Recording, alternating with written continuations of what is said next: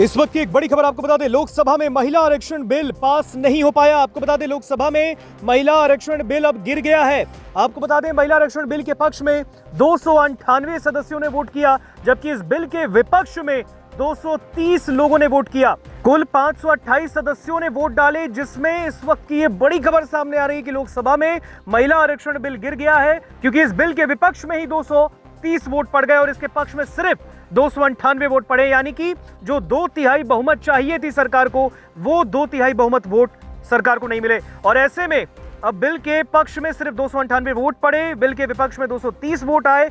आपको बता दें, कुल 528 सदस्यों ने वोट डाला और ऐसे में बड़ी खबर कि लोकसभा में महिला आरक्षण बिल गिर गया है। बड़ी खबर आपको बता रहे हैं।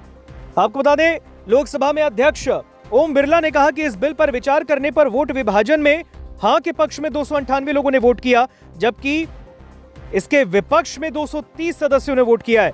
अब यह बिल 2/3 बहुमत से पास नहीं हो पाया और इसीलिए इस बिल पर आगे की कार्यवाही पर निर्णय संभव नहीं है। यह बिल विचार करने के लिए पेश किए जाने के स्तर पर गिर गया और इसके बाद संसदीय कार्य मंत्री किरेन रिजिजू ने बाकी 2 बिल आगे नहीं बढ़ाने का भी ऐलान कर दिया।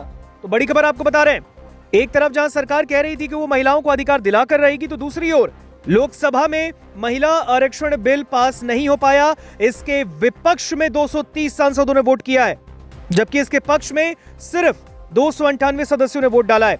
आपको बता दें, यह बिल 2/3 बहुमत नहीं ला पाया और इस वजह से यह बिल 2/3 बहुमत से पास नहीं हो पाया है। ओम बिरला ने साफ तौर पर कहा है कि इस बिल पर आगे की कार्यवाही अब संभव नहीं है। आपको बता दें, केंद्रीय गृह मंत्री अमित शाह ने लोकसभा में महिला आरक्षण बिल और परिसीमन बिल पर बहस का जवाब देते हुए उस वक्त कहा था कि कांग्रेस पार्टी ने अब तक एक भी ओबीसी का प्रधानमंत्री नहीं दिया। बीजेपी ने नरेंद्र मोदी को प्रधानमंत्री बनाया, अति पिछड़ा समाज के व्यक्ति को प्रधानमंत्री बनाया। दूसरी ओर जब संसद में लोकसभा के अंदर महिला आरक्षण बिल को पास कराने के लिए वोटिंग की प्रक्रिया शुरू हुई, तो उस दौरान उसके पक्ष में 298 सांसदों ने वोट किया, जबकि इसके विपक्ष में 230 सांसदों ने वोट किया है। आपको बता दें, कुल 528 सदस्यों ने वोट डाला और 2/3 बहुमत ना ला पाने के कारण ये महिला आरक्षण बिल अब लोकसभा में गिर गया है। बड़ी खबर आपको बता रहे हैं। आपको बता दें, महिला आरक्षण से जुड़े बिल पर 528 वोट पड़े और ये संविधान संशोधन बिल थे, जिन्हें पारित कराने के लिए 2/3 बहुमत बहुत जरूरी होता है। ऐसे में बिल पारित कराने के लिए 352 वोट की जरूरत थी, लेकिन बिल के पक्ष में सिर्फ 298 वोट पड़े हैं और ऐसे में इस बिल के विरोध में 230 सांसदों ने वोट किया और इसीलिए अब इसको लेकर लोकसभा में महिला आरक्षण बिल गिर गया है। उन्हें 2/3 बहुमत नहीं मिला और ऐसे में इस बिल पर विचार करने पर मत विभाजन में हां के पक्ष में 298 और ना के पक्ष में 230 लोगों ने वोट किया है और यह बिल 2/3 बहुमत से पारित नहीं हुआ। इस बिल पर आगे की कार्यवाही पर निर्णय संभव नहीं। यह बिल विचार करने के लिए पेश किए जाने के स्तर पर गिरा है।